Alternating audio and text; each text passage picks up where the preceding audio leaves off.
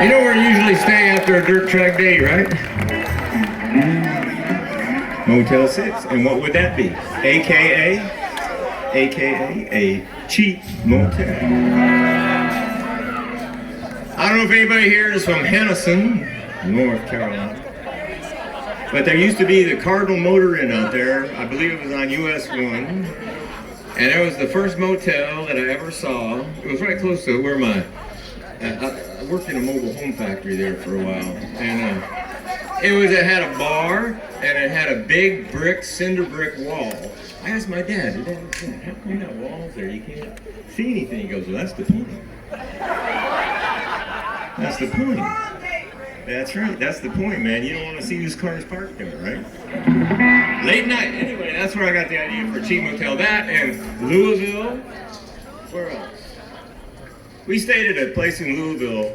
I don't know if anybody's been to Louisville and ever stayed at the Airport Inn. Louisville. Across from the Toy Tiger.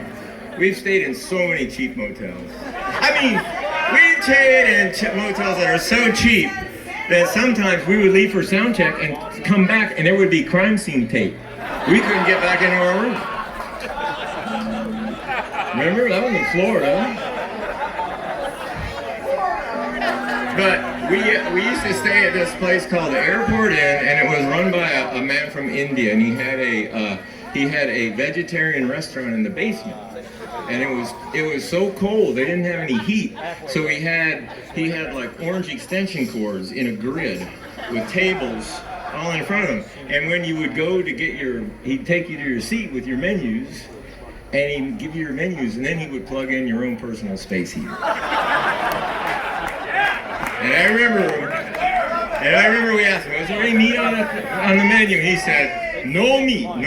You know, the elephant is a vegetarian, and that is God's greatest creature. So, cheap motel. You can learn a lot in a cheap motel. Some of it good, some of it bad.